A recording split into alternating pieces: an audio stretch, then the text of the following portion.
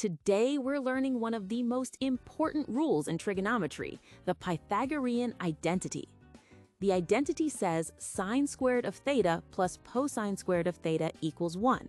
Written another way, sine squared theta plus cosine squared theta equals 1. And this is not just true sometimes, it's true for every angle where sine and cosine exist. That's why it's called an identity. It's a permanent relationship.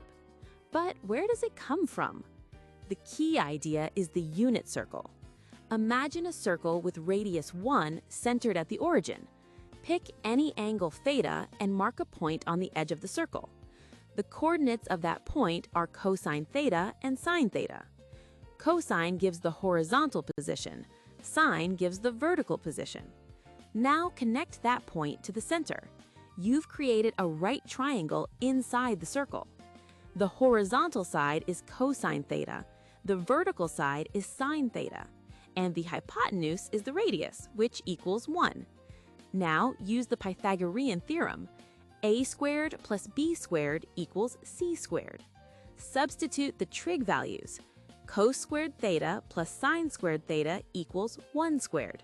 And since 1 squared is just 1, we get sine squared theta plus cosine squared theta equals 1. So this identity is really just geometry hiding inside trigonometry. Now let's use it in a problem. Suppose we know that sine of theta equals 3/5 and we want to find cosine of theta. We always start with the identity. Sine squared theta plus cosine squared theta equals 1. Now substitute 3/5 in place of sine theta. Be careful here. The identity uses sine squared theta, so we must square the entire fraction. That gives 3/5 squared plus cosine squared theta equals 1. And 3/5 squared becomes 9/25. So now we have 9/25 plus cosine squared theta equals 1. Next, isolate cosine squared theta by subtracting 9/25 from both sides. So, cosine squared theta equals 1 minus 9/25.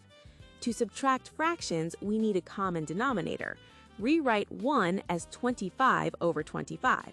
Now we get cosine squared theta equals 25/25 minus 9/25. That equals 16/25. Now take the square root of both sides. Cosine theta equals plus or minus the square root of 16/25, and that simplifies to plus or minus 4/5. That plus or minus sign matters. Why? Because both positive 4/5 and negative 4/5 square to become 16/25.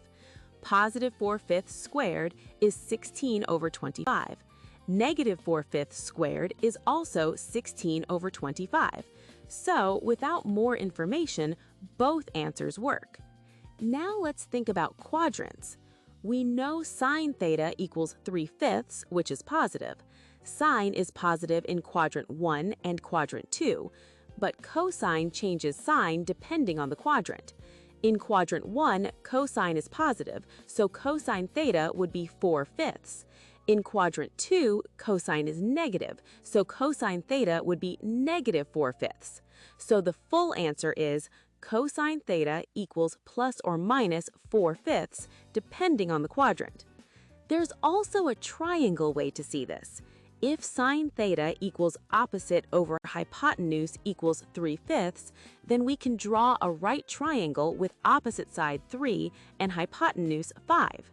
Use the Pythagorean theorem again. Adjacent squared equals 5 squared minus 3 squared. That's 25 minus 9, which equals 16. So the adjacent side is 4. And cosine equals adjacent over hypotenuse, so cosine theta equals 4/5. Finally, always check your answer.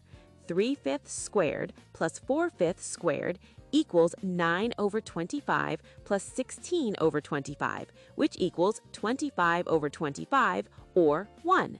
The identity works perfectly.